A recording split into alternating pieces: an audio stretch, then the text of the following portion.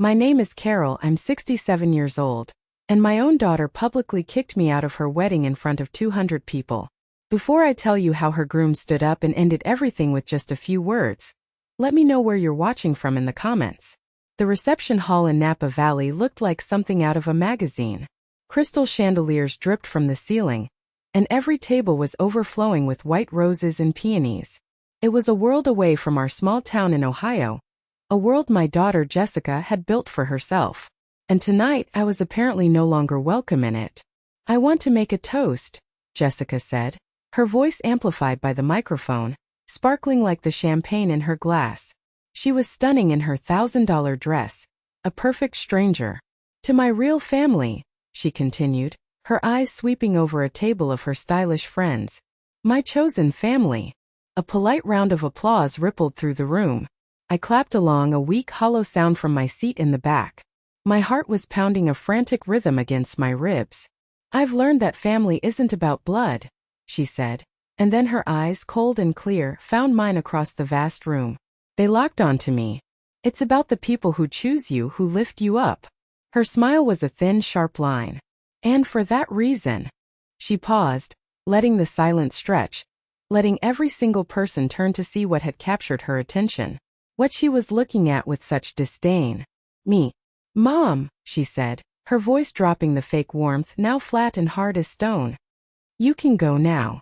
The air left my lungs. It was as if the sound in the entire world had been sucked into a vacuum. 200 pairs of eyes, a sea of faces, some confused, some smug, some filled with a pitiless curiosity, were all fixed on me. A hot wave of shame crawled up my neck, burning my cheeks.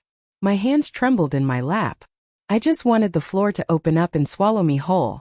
I fumbled with my napkin, placing it on the table. My legs felt like jelly as I pushed my chair back and slowly, shakily got to my feet. The walk to the exit felt like a mile. But then something happened. A chair scraped against the polished floor from the head table. It was a loud, jarring sound in the dead silence. I stopped, my back still to the room, not daring to look. It was Mark, the groom, my new son-in-law. He was standing. His face. It wasn't the face of a happy groom. It was a mask of cold, hard anger. He stared at Jessica, his jaw tight, before turning and striding purposefully towards the microphone she had just set down. To understand how we got to that moment, you have to go back just a few hours to my hotel room. I was fastening the clasp on a simple navy blue dress, the nicest thing I owned. I debated what to wear for months. On the dresser lay a small velvet box. Inside were the pearl earrings my own mother had worn at her wedding. I'd given them to Jessica on her college graduation day. Last week, they'd arrived back in Ohio in a small padded envelope. No phone call. Just a crisp white note inside. "Mom," it read. "These don't fit the modern aesthetic of the wedding." Aesthetic. That word felt like a slap. These weren't just jewelry. They were our history, our legacy. I told myself it was just the stress of the wedding making her act this way. I lied to myself. I told myself that today she would see me, really see me, and remember everything. Remember the double shifts I worked at the diner to build up her college fund. Remember me selling my late husband's old Ford truck, the last piece of him I had left, to pay for her final semester when the financial aid fell through. Remember the nights I held her head when she was sick and whispered that she could do anything, be anything. I was clinging to the hope of a hug, of a simple "thank you, Mom." I had no idea that the returned pearls were just the first little cut. The real dagger was about to be twisted. And now, standing in that silent, opulent hall, I watched as Mark picked up the microphone. His knuckles were white. He cleared his throat, the sound echoing in the dead silent room. And then he looked right at my daughter, his new wife, and opened his mouth to speak. The flight from Ohio to California felt like a trip to another planet. I watched the neat squares of farmland give way to sprawling cities and then rolling golden hills dotted with vineyards that looked like they cost more than my house. Jessica had sent a car service for me. A sleek black town car with a silent driver and tinted windows that made me feel self-conscious with my 10-year-old suitcase. Everything in her new life seemed designed to make you feel small if you weren't already a part of it. I pushed the feeling down. "It's her big day," I kept repeating to myself, a frantic mantra against the rising tide of anxiety. "She's just stressed. It will all be different when I see her." The church was breathtaking. An old stone mission with sunlight streaming through magnificent stained glass windows, painting the pews in hues of ruby and sapphire. It smelled of lilies, old wood, and money. I arrived early, wanting to soak it all in, maybe find a quiet moment with Jessica before the chaos began. But a young man with a clipboard and a discreet earpiece intercepted me the moment I stepped into the main aisle. "Name, please?" he asked, his smile professional and utterly devoid of warmth. "Carol Miller. I'm the mother of the bride." I said it with a swell of pride that immediately felt foolish under his blank gaze. His eyes scanned the list on his tablet. "Ah yes. Miller. You're in row 7. On the left." The words didn't register at first. "7?" I asked, the word coming out as a squeak. "I'm sorry, I must have misheard. The front rows are for family, aren't they?" I could see them up ahead, marked with elegant white ribbons and small bouquets of roses. He gave me that same tight, professional smile. It didn't reach his eyes. "These pews are reserved for the immediate family and the wedding party.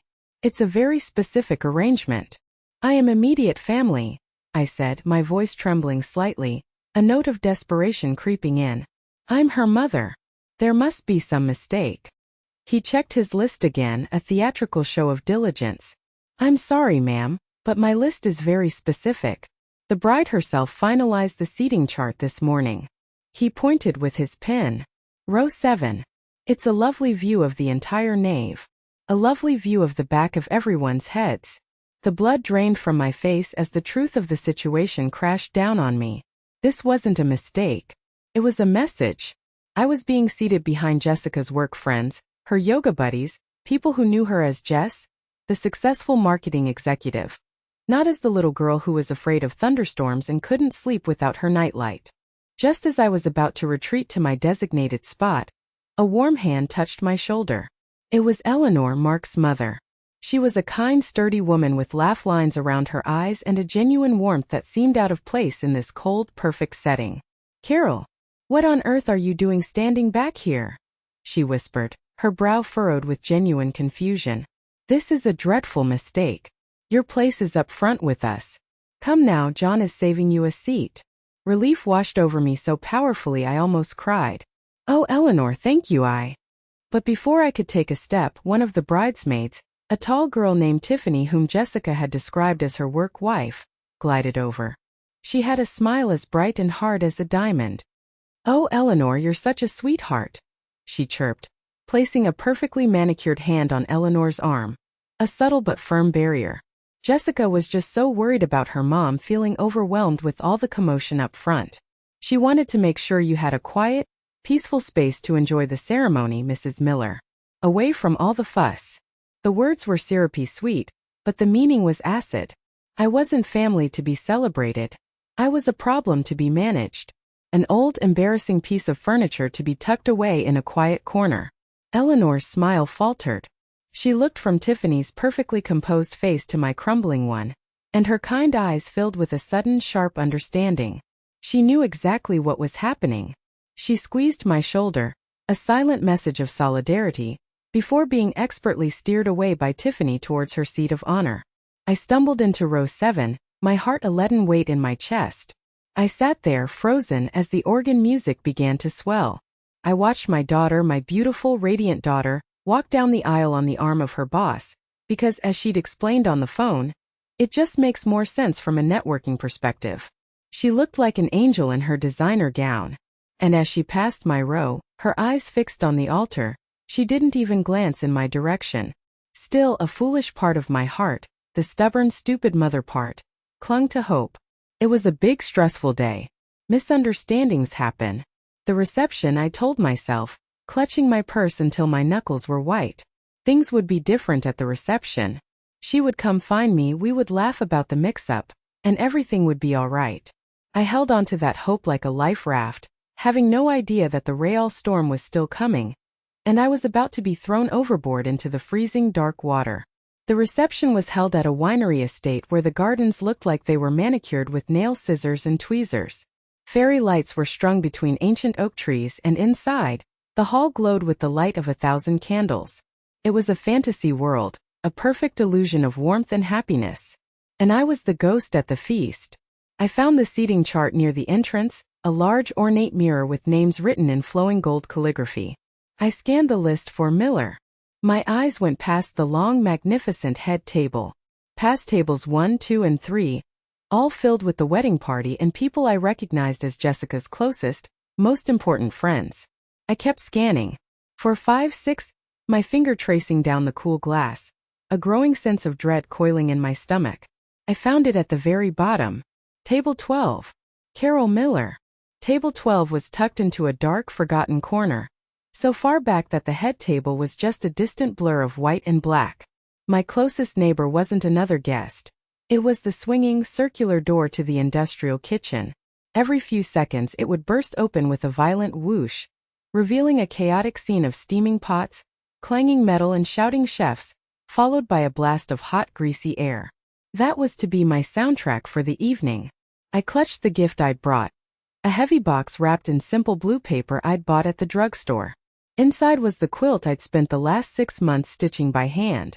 Each square was a piece of fabric from Jessica's life, a scrap from her favorite pink baby blanket, a piece of the blue satin from her prom dress, a swatch from the faded floral curtains in her first apartment.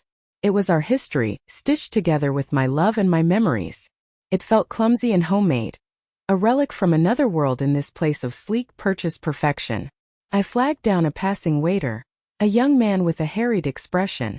"Excuse me," I said, my voice barely a whisper. "Could you please take this to the gift table for the bride and groom?" He looked from the simple box to my simple dress and then back at me. "The gift table is full, ma'am. I can place it at their table for you if you like." "Oh, thank you, that would be wonderful," I said, my heart lifting a little. At least she would see it. I watched him navigate the crowded room. I saw him lean down and murmur something to Jessica. She glanced over her shoulder, not at me, but at the box in his hands. She gave a little shrug, a dismissive flick of her wrist as if shooing away a fly, and turned back to her conversation. The waiter hesitated for a moment, then, seeming to understand his unspoken instructions, he bent down and gently pushed the box under the table, out of sight on the floor. It disappeared beneath the heavy white linen. It felt like he was burying the last piece of my heart. I made my way to my designated corner and sat down. My tablemates were a few distant cousins of the groom I'd never met and a quiet older couple who worked for Mark's father. We exchanged polite, strained pleasantries before lapsing into an uncomfortable silence, punctuated by the regular whoosh from the kitchen door. The food, when it finally arrived after all the important tables had been served their main courses, was cold. The chicken was dry, the asparagus limp. I pushed it around my plate, my appetite completely gone. Halfway through the dinner, Jessica finally began to make the rounds, a queen surveying her subjects. My heart gave a pathetic little leap of hope. This was it. She would see me, realize the horrible mistake with the seating, and pull me into a hug. She floated toward our corner of the room, a goddess in white silk. She reached our table. "Having a good time, Mom?" she asked, the question thrown over her shoulder as her eyes scanned the room, already looking for someone more important to talk to. "It's a beautiful wedding, sweetie. You look." But she was already gone. She'd spotted a friend from work across the room, and with a theatrical squeal of, "Oh my God, Chloe, you came!" she drifted away, leaving my sentence and me hanging in the air, leaving me completely and utterly invisible. It's hard to describe the feeling of being erased by your own child. It's a cold, hollowing emptiness. Some of you watching might know exactly what I'm talking about. Please stay with me here. You need to understand just how low she pushed me, to see why what happened next was so earth-shattering. I sat there, nursing a glass of lukewarm water, trying my best not to cry. I watched her laugh and hug people, a perfect, gracious hostess to everyone but the woman who gave her life. Then the lights dimmed slightly, and a server tapped a glass with a fork. It was time for the toasts. Maybe now, I thought, my foolish heart still desperately searching for a single crumb of affection. Maybe in her speech she'll say my name. That was all I wanted. Just to hear her acknowledge that I existed. But what I was about to get was a public execution. The best man, a cheerful young man from Mark's college days, told a few funny, harmless stories about their dorm room antics. The maid of honor, Tiffany, the same girl from the church, cried a few perfect, glistening tears and said how happy she was for her bestie, and how she couldn't have asked for a better sister. Then Mark stood up. He was a good man. I'd always known it in my gut. He was steady and kind with honest eyes. He looked at Jessica like she was the center of his entire universe. He raised his glass. "I want to thank my parents, John and Eleanor," he said, his voice warm and clear, filled with genuine affection, "for showing me every day what a true partnership, what real love and loyalty look like. And to all of you for being here to share this day with us." He turned to Jessica, and his face softened with a love that was so pure it almost hurt to look at. "And to my beautiful bride. You've made my life complete." It was simple, heartfelt, and perfect. Then it was Jessica's turn.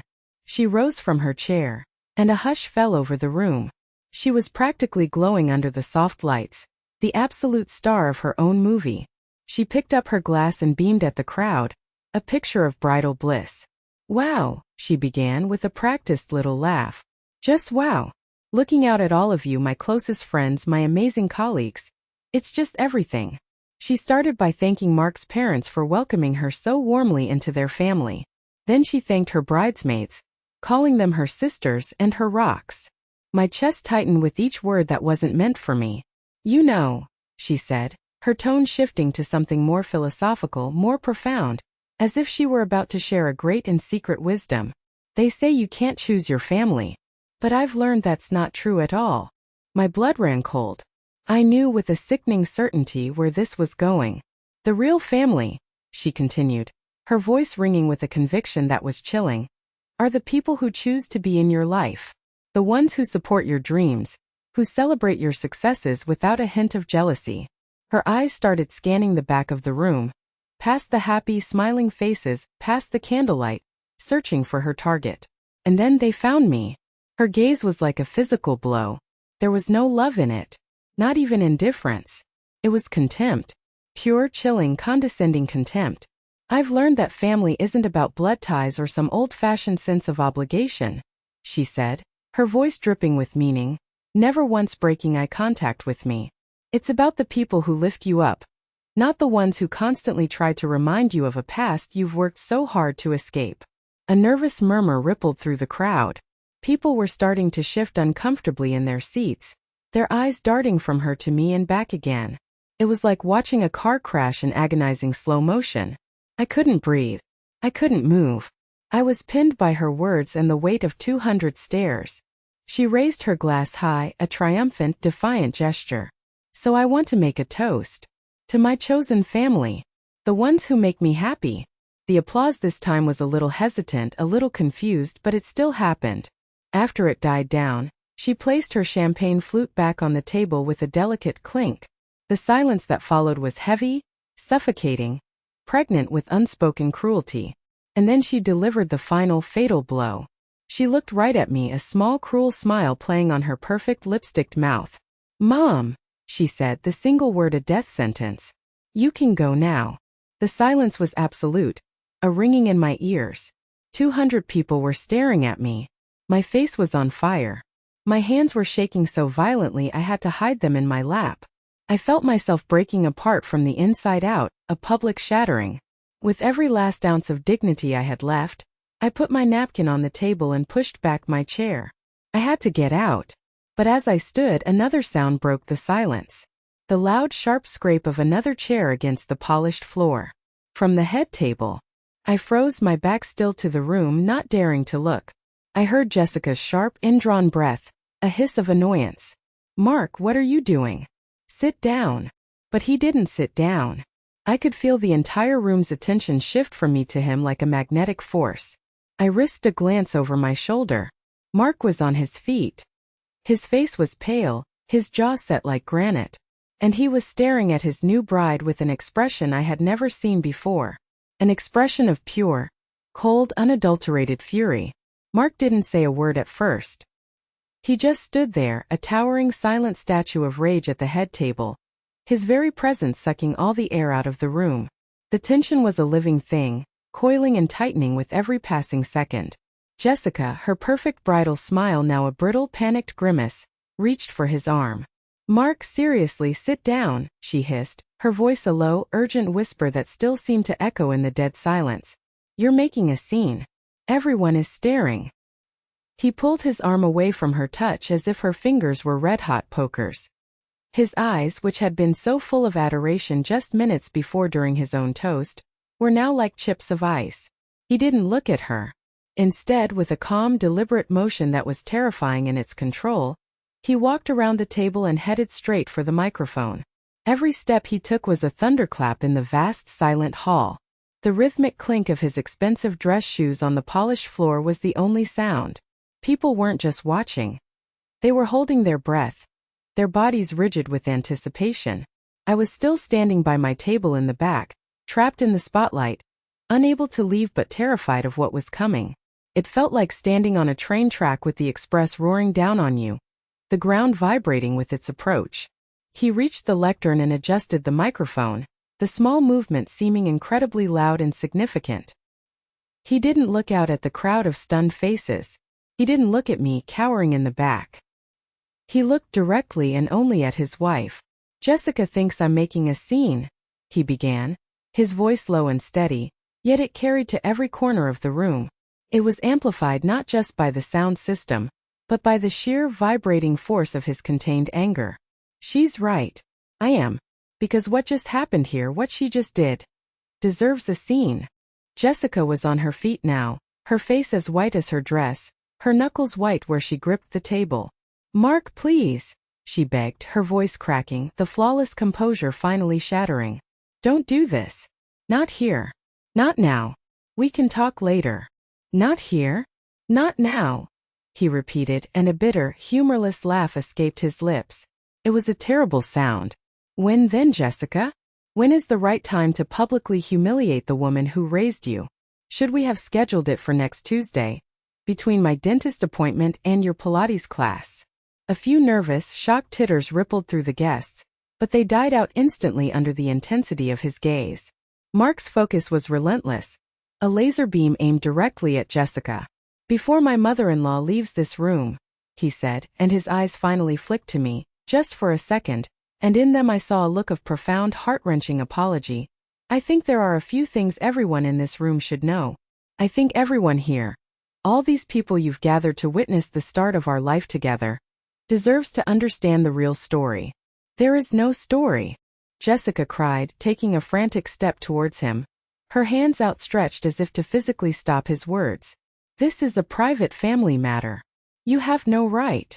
You made it a public matter the second you used that microphone to dismiss your mother like a servant in front of 200 people.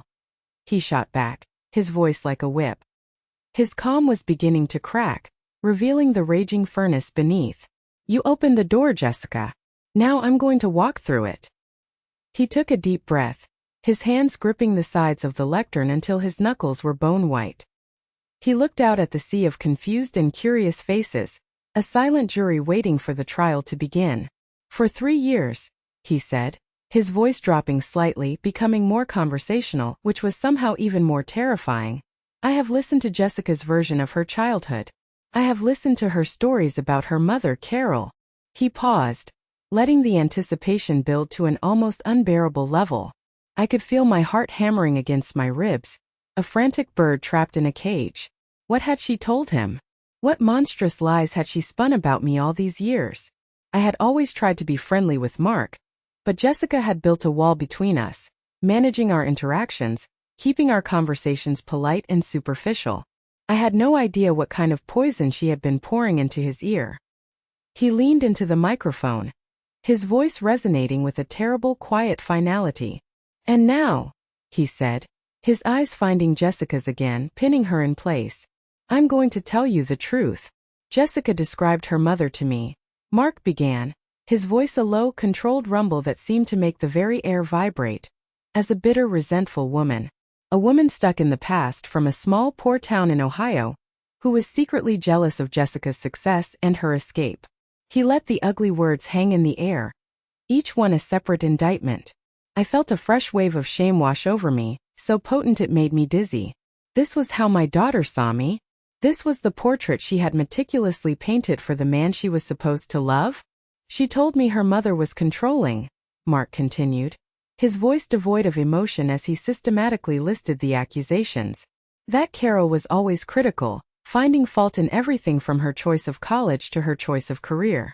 That she never truly supported Jessica's ambition to leave her small town and make something of herself. In fact, Jessica told me that her mother actively tried to sabotage her college applications because she was afraid of being left alone. That was a lie. A vicious, unthinkable lie. I had stayed up with her for nights, helping her fill out those forms, my heart swelling with pride and aching with the thought of her leaving, but never, ever wanting anything but the best for her. She told me her mother was a weight, Mark went on, his gaze fixed on Jessica, who was standing frozen, her hands clasped in front of her, looking like a trapped animal. An obligation she had to endure out of a sense of guilt and duty. A constant, whining reminder of a life she had thankfully left behind. He turned his gaze to the crowd. And I believed her, he said, his voice laced with a profound self-disgust. Why wouldn't I? You believe the person you love. You trust them. So, when we were planning this wedding, and I suggested we fly her mother out first class as a gift, Jessica said no. She'll be uncomfortable, Mark. She won't know how to act. When I suggested we put her up in the main hotel with the rest of the family, Jessica said no. She'd prefer a quieter place farther away. She doesn't like crowds. When I asked why her mother wasn't at the head table, Jessica said, "Oh, Mom hates being the center of attention." She'd be mortified. Every single decision that isolated her mother, that pushed her to the absolute fringes of this celebration, came with a plausible, loving-sounding excuse. He shook his head slowly, a grin set to his jaw. And I fell for every single one of them. As I was a fool. I was in love and I was a fool. Then his demeanor shifted, a new energy entering his voice. But there was someone who wasn't a fool. My own mother. He gestured towards Eleanor, who was watching him with a look of fierce, unwavering pride. My mom has an incredible intuition for people. We only met Carol a handful of times, but after each visit my mother would say to me, "Mark, I just don't see it. I don't see this bitter, controlling woman Jessica describes. I see a kind, tired woman who looks at her daughter with a love that could light up a city." He paused. My mother told me, a woman like that doesn't raise a daughter as driven and successful as Jessica by accident. Something doesn't add up. She was right. And her words stuck with me. They planted a tiny seed of doubt that I couldn't ignore. He looked at Jessica again, whose face was now a mask of pure panic. So last month I did something you don't know about. I knew you weren't on good terms with your aunt, your mother's sister Susan. You always said she was just as bitter and provincial as your mother. I figured if that were true, she'd be the perfect person to confirm your stories. So I found her number. And I called her. A tiny strangled gasp escaped Jessica's lips. She looked genuinely horrified. The idea that he had gone behind her back, that he had spoken to the one person in the world who knew the entire unvarnished truth. It clearly terrified her. I had a long conversation with your Aunt Susan, Mark said, his voice softening with remembered emotion. A very long conversation. I introduced myself. And I told her I just wanted to understand my new family better before the wedding. I asked her about her sister. I asked her about your childhood. He took a step away from the lectern, holding the microphone in his hand as he started to pace slowly, like a lawyer making his closing argument. Susan was quiet for a long time on the other end of the line. Then I heard her take a deep, weary sigh. The kind of sigh a person makes when they've been carrying a heavy burden for too long. And she said, "Mark, you'd better sit down. The story Jessica told you. It's not just wrong. It's the exact opposite of the truth." He stopped pacing and looked directly at Jessica. And what she told me, it didn't just make me question things. It broke my heart. It turned my entire world upside down. Because the woman Susan described wasn't a monster. She was a saint. And the monster in the story, Jessica, was you. Let me tell you about the Carol Miller that I learned about from Susan, Mark said, his voice now filled with a raw, powerful emotion that held the entire room completely captive. He was no longer just an angry groom. He was a witness testifying on behalf of a lifetime of unseen, unacknowledged love. The real Carol Miller was widowed at 35. He began, his eyes finding mine in the back of the room, and in that look, he conveyed a universe of respect and sorrow. Her husband, Jessica's father, died in a sudden car accident on a slippery road one winter's night. He left her with a 5-year-old girl and a mountain of medical bills and debt. He was a good man, but he was young. He had no life insurance. There was no inheritance waiting for her. There was nothing but grief and a stack of final notices. He turned his gaze back to the silent, stunned guests, his voice painting a picture they could not ignore. So what did she do? Did she become bitter? Did she complain about her lot in life? No. She went to work. She took a job as a waitress at the local diner, working the 6 a.m. to 2 p.m. shift, so she could be home when Jessica got out of school. Then, after making Jessica dinner and helping with her homework, she'd leave for her second job cleaning offices downtown, working from 7 p.m. until well after midnight. 18-hour days. For years. Not for herself. Not to buy fancy things. But so her daughter could have dance lessons, so she could have a new dress for the school formal, so she would never ever feel the sting of being the poor kid in class. Tears were starting to stream down my face now, hot and silent and unstoppable. To hear my struggles, my secret, lonely sacrifices, spoken aloud in this opulent room. It was both excruciating and profoundly validating. When Jessica was in high school and decided, with her trademark ambition, that she wanted to go to a top university out of state, Mark continued, his voice rising with righteous passion, Carol didn't tell her it was impossible. She didn't tell her to be more realistic and look at the local community college. She picked up more cleaning jobs. She started getting up at 4 a.m. on weekends to bake pies, which she sold to the diner's regulars, her hands raw and chapped from the dough and the dishwater. And when all of that still wasn't enough to cover the massive out-of-state tuition for the first year, she did something Jessica never knew. She sold the old Ford pickup truck that had belonged to her late husband. It was the last physical piece of him she had left in the world. She sold it for a fraction of what it was worth to her, and she put every last penny of that money into her daughter's college fund. A collective soft gasp went through the room. It was a sound of dawning horror and sympathy. Jessica just stood there, shaking her head back and forth, whispering, "No, no, no," as if she could deny the truth into non-existence. "Oh yes," Mark said, his voice hard as steel. And when Jessica was in her sophomore year and got a terrible case of appendicitis, and the university health service was slow and dismissive, telling her it was probably just cramps, who drove 6 hours through a blinding snowstorm to get there? Who raised hell with the doctors in the ER demanding better care? Who stayed by her bedside, sleeping on a hard plastic chair in that hospital room for 3 straight nights, wiping her forehead and holding her hand? It wasn't her chosen family of college friends. It was her mother. He walked right up to the edge of the stage, closer to the guests, his presence commanding. I also learned something else from Susan. I learned about a quilt. A beautiful handmade quilt that Carol spent 6 months making as a wedding gift. A quilt where every single square is a piece of Jessica's history, stitched with love. A gift of pure, immeasurable devotion. He pointed a trembling, accusatory finger towards the head table. And where is that priceless gift right now? It's on the floor. Under the table.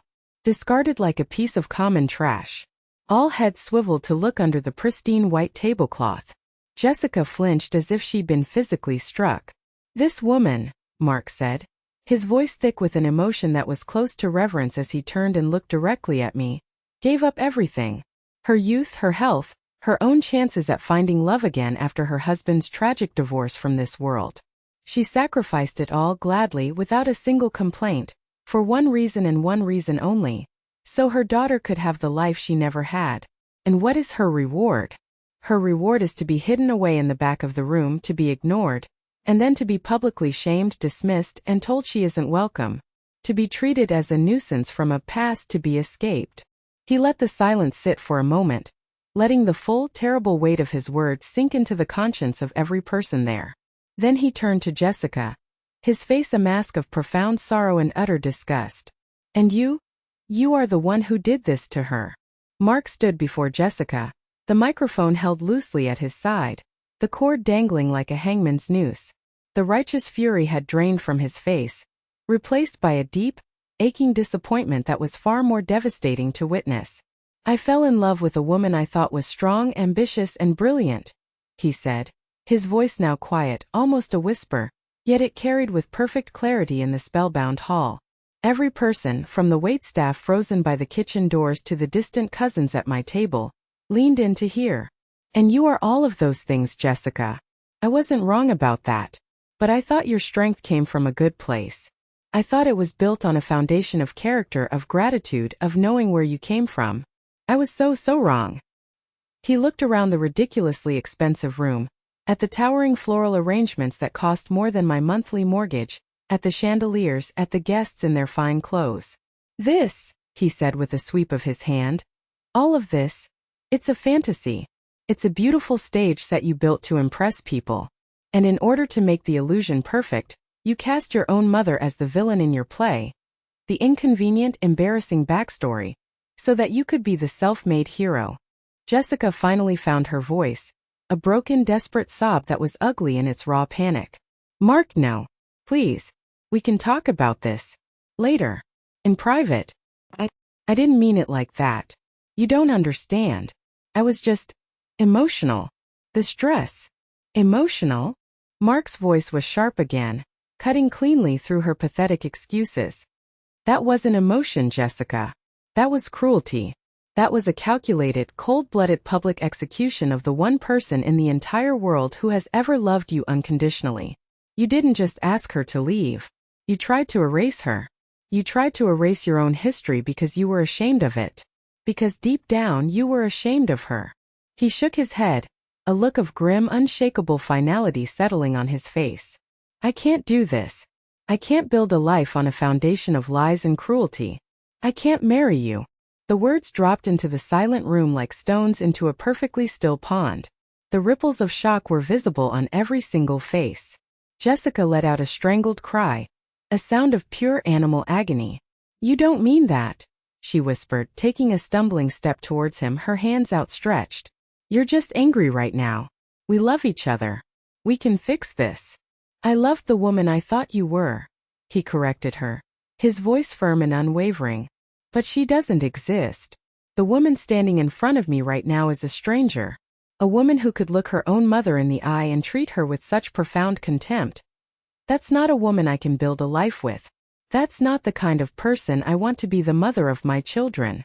The mention of children, of a future that was now being irrevocably cancelled, seemed to be the final blow. Jessica crumpled, her hands flying to her face as gut-wrenching sobs tore through her body, her perfect designer dress pooling around her on the floor like a shroud. Mark turned away from her pathetic figure and faced the stunned guests. I am so sorry to all of you, he said, his voice clear and strong, the voice of a man who had made a terrible, difficult but correct decision. You all traveled here, some of you from very far away, to celebrate a marriage. But there will be no marriage today. I cannot and I will not join my life with a person who is capable of this kind of cruelty. Please enjoy the food and the drinks. My family will take care of the bill. But this wedding is over. He then walked with a steady, resolute stride to the head table, his back straight. With a deliberate final movement, he twisted the brand-new platinum wedding band from his finger. He held it up for a second, the light catching it, and then placed it gently on the table next to his untouched plate of food. The room erupted into a cacophony of gasps, murmurs, and the frantic whispering of 200 people all talking at once. Through it all I just stood there. The burning shame had vanished, washed away by a flood of unbelievable vindication. I wasn't invisible anymore. Someone saw me. Someone had spoken the truth for me. With my head held high for the first time in what felt like a lifetime, I turned and started walking towards the exit. I didn't run.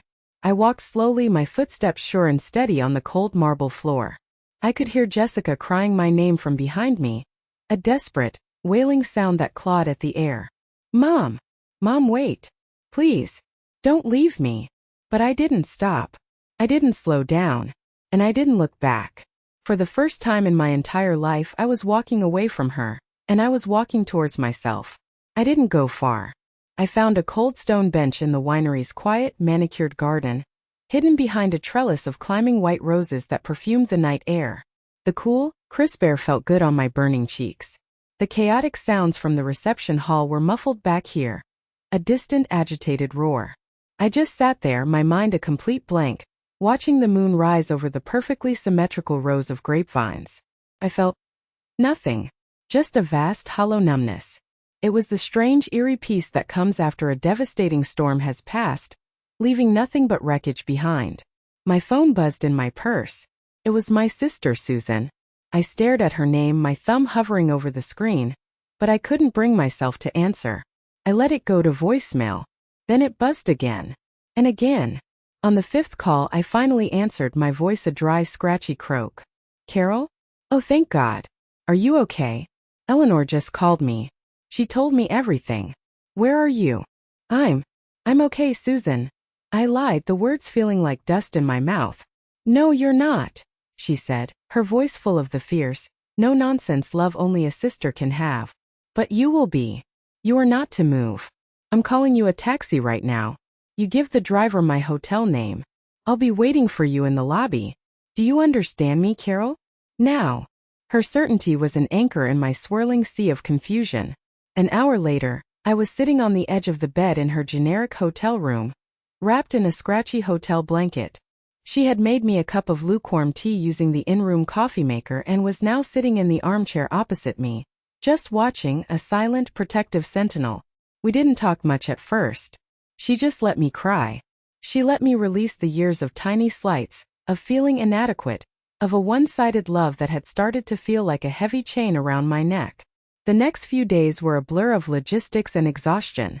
Mark's wonderful parents had arranged to change my flight back to Ohio.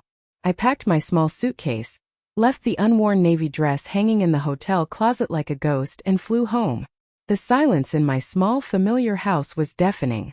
Every framed picture of Jessica on the wall, her graduation photo, her first grade picture with the missing front tooth, felt like an accusation. About a week after I got back, my phone rang. It was an unknown number from California. My heart leaped into my throat, thinking it was Jessica, and I felt a wave of both dread and a sick maternal hope. I almost didn't answer, but some flicker of curiosity, made me press the green button. Hello, Mrs. Miller? Carol? It's Mark. His voice was quiet, hesitant, filled with an exhaustion that mirrored my own. I hope I'm not bothering you. No, Mark. Not at all, I said, sinking into one of my worn kitchen chairs. There was a long pause on the other end of the line. I wanted to call and apologize, he finally said. Apologize? I was floored. The word made no sense. Mark, you have absolutely nothing to apologize for. You stood up for me. You told the truth. No one has done that in a very, very long time. I should have seen it sooner, he said, his voice thick with regret.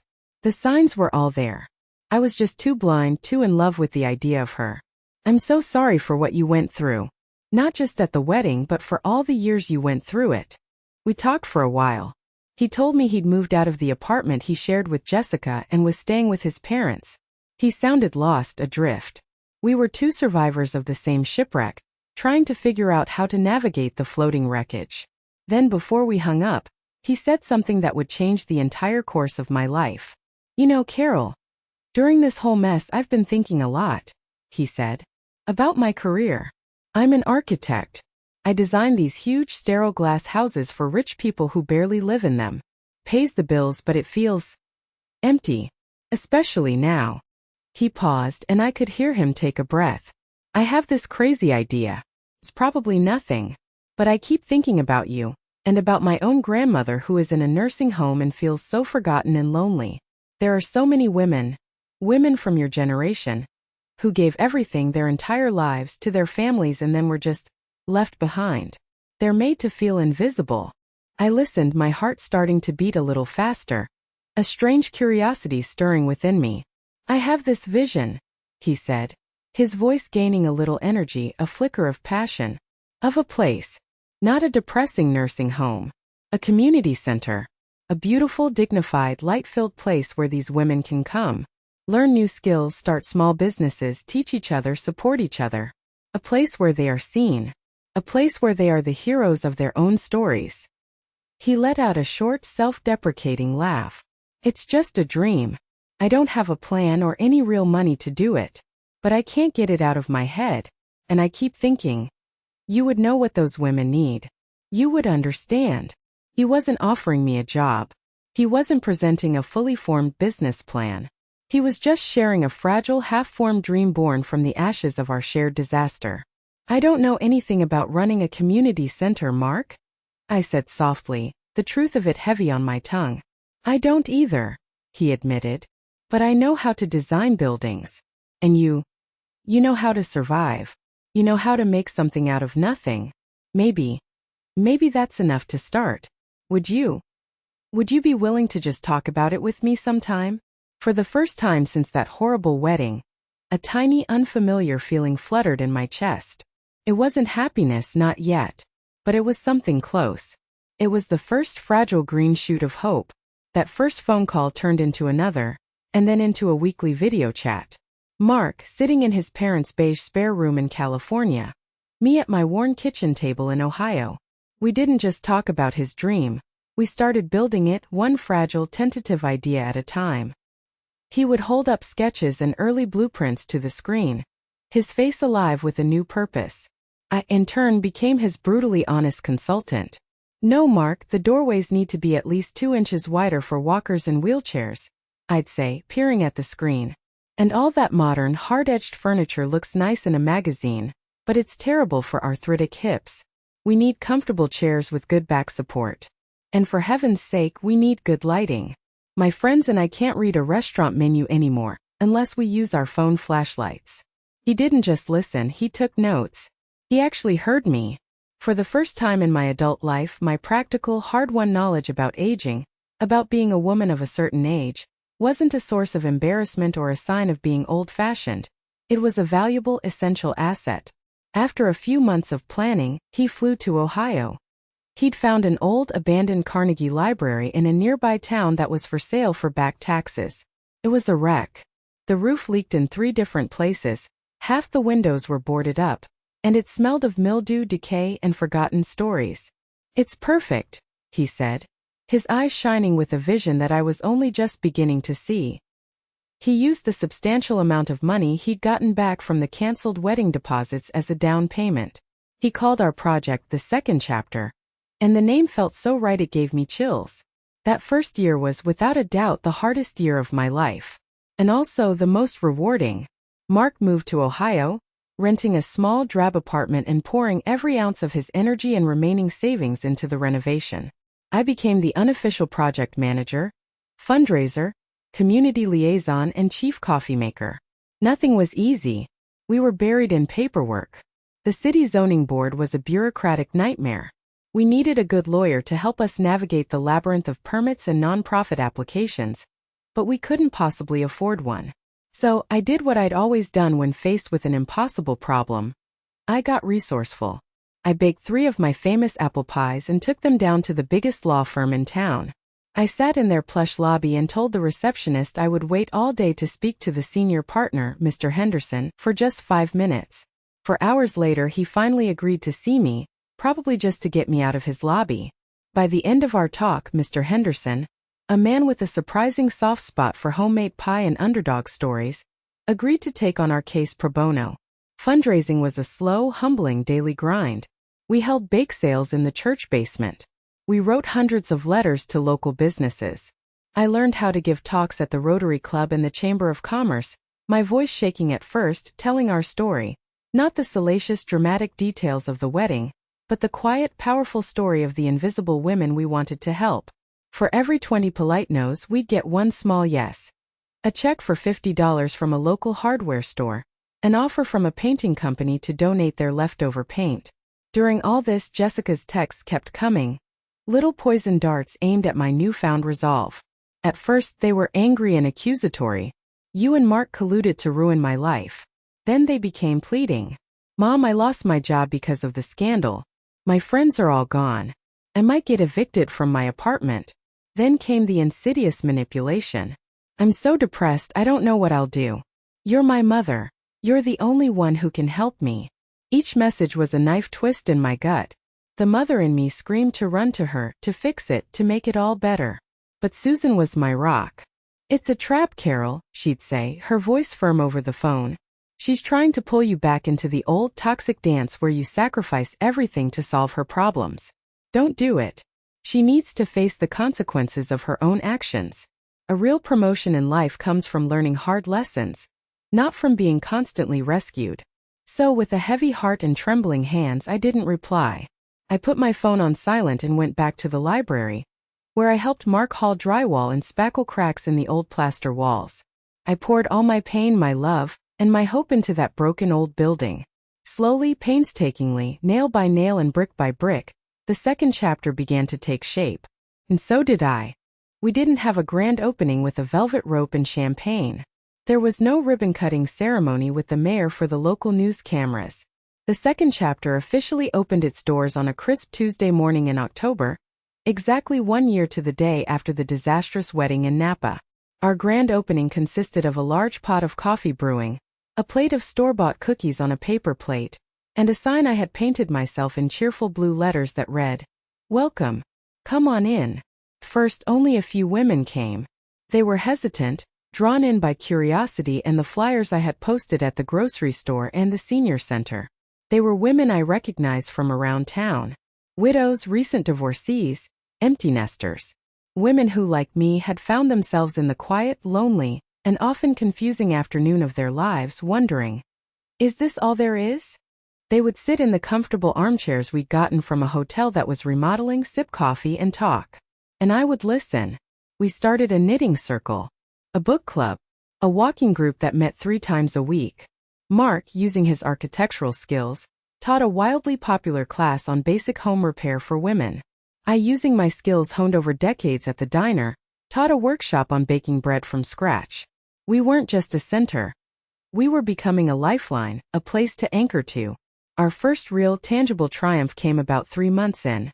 A woman named Maggie, a quiet, gentle soul whose adult children had moved her into a cramped 1-bedroom apartment and taken control of her finances after her husband's death, broke down in our weekly support group. She confessed she felt like a prisoner in her own life. With the guidance of Mr. Henderson, our pro bono lawyer, we helped her understand her legal rights. We empowered her to have a difficult conversation with her children, and ultimately to regain control of her own assets and find a new place to live on her own terms. The day she got the keys to her sunny little apartment, she came to the center and just held my hand, tears of pure, unadulterated gratitude streaming down her face. That single moment felt more valuable than all the diamonds in Napa Valley. Word started to spread. The local paper wrote a small but glowing article about us, calling us a beacon of hope. More women came. Women started bringing friends. The quiet hum of conversation in the center grew into a warm, joyful buzz of activity and connection. We decided to have a small celebration for our 1-year anniversary. It was nothing like the Napa wedding. We held it in the main room of the center, which was now bright and clean and filled with donated art, handmade quilts, and shelves overflowing with books. We served lemonade and hundreds of cookies baked by the women from our very own baking class. The room was packed.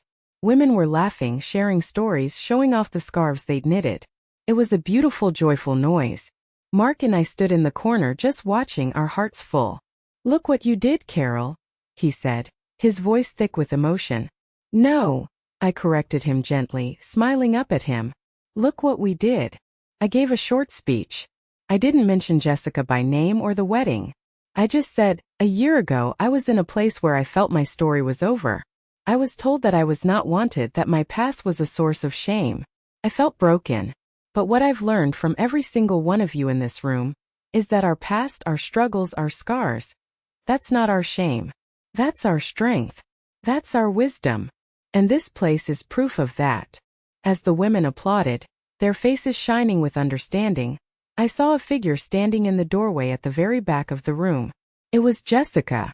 She looked different, thinner. Her expensive clothes were gone, replaced by simple jeans and a plain gray sweater. Her perfectly highlighted hair was pulled back in a simple ponytail.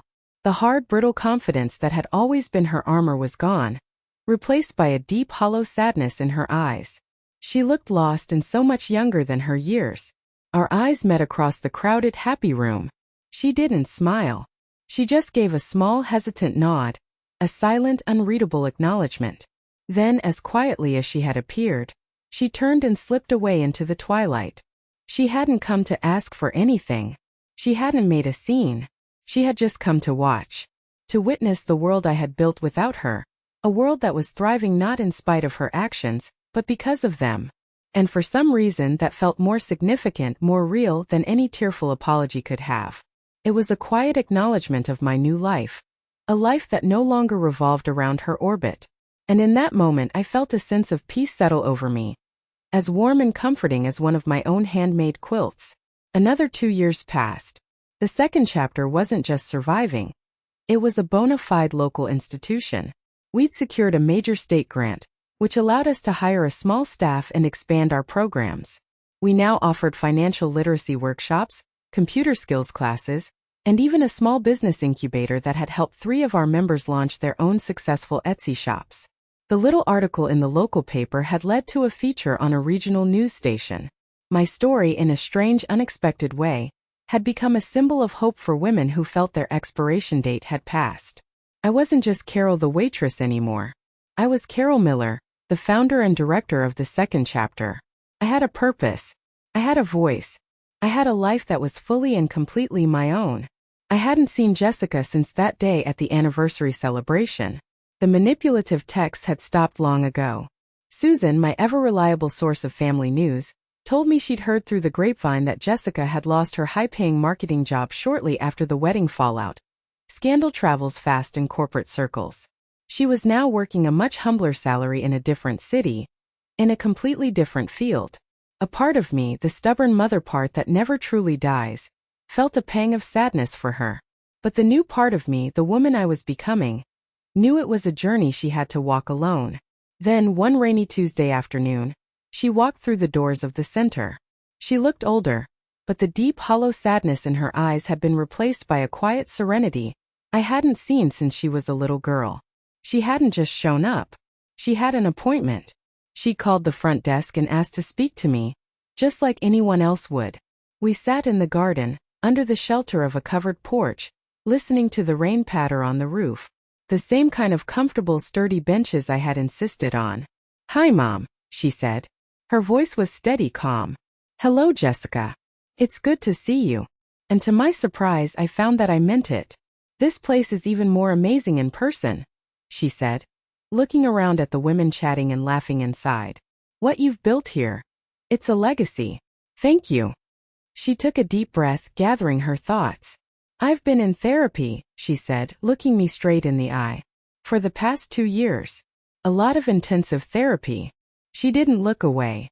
"There are no excuses for what I did to you at the wedding, and for all the years before it. None. I was an awful, cruel, ungrateful daughter. My therapist says my cruelty came from a place of deep, poisonous insecurity and guilt. I felt like I could never repay you for all the sacrifices you made. So it was easier to devalue you, to devalue your love, than to face my own overwhelming feelings of being unworthy." Her honesty was a clean, sharp blade that cut through all the old pain. This was not the Jessica I knew. "I'm not here to ask for your forgiveness," she continued, her voice clear and without a trace of manipulation. "I know I lost the right to ask for that a long time ago. And I'm not here to ask for your help. I'm working. I'm paying my own bills. I've been volunteering at a women's shelter on weekends. I'm learning how to be a person." She looked down at her hands, which were resting quietly in her lap. "I know I shattered our relationship. And I know you've built this incredible, full life without me. A life you richly deserve. I just wanted to ask if there's any chance down the road that we could start over. Not as we were. That was toxic for both of us. But maybe, as 2 adults, could we ever try to be friends?" I looked at my daughter. The arrogant, self-obsessed girl who had dismissed me with a flick of her wrist was gone. In her place was a woman who was finally, painfully, taking responsibility for her life. The fierce anger I had held onto for so long had faded, replaced by a quiet, profound sadness for all the years we had lost to her fear and my hope. "I can try," I said softly. "But Jessica, you need to understand something very clearly. This," I said, gesturing to the vibrant, humming center around us, "my friends, my work, my new life. This is the center of my universe now. You can be a welcome part of that universe. But it will never again revolve around you. You don't have custody of my happiness anymore. It's mine." Tears welled in her eyes, but for the first time, they looked like tears of genuine understanding, not self-pity. "I know, Mom," she whispered, a small, sad smile touching her lips. "And I'm so glad. You deserve to be the main character in your own story. I was just a supporting role I tried to turn into a villain." We started slowly. A phone call once a week. A quiet lunch once a month. It was awkward at first, learning the rhythms of a new kind of relationship, one not based on obligation and resentment. But we were building something new. A fragile bridge across a deep canyon of pain. It wasn't the all-consuming, often suffocating bond of a mother and her only child anymore. It was something quieter, more respectful. And maybe, just maybe, it was healthier for both of us. My life isn't a fairy tale. The scars are still there, pale and thin. But when I look in the mirror now, I don't see a forgotten mother or a lonely widow. I see a survivor. I see a founder. I see a woman who, at 67 years old, finally found her second chapter. And I learned the most important lesson of all. Your value is not determined by how your children treat you, or how your husband saw you, or what society tells you. Your value is something you claim for yourself. It's the one inheritance you can give to your own soul that no one can ever take away. Thank you so much for listening to my story all the way through. It means the world to me. For anyone out there who has ever felt invisible or taken for granted by the very people you gave your all to, I have a question for you.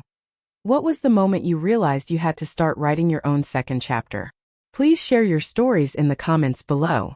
Your journey matters, and hearing from you helps us all feel a little less alone.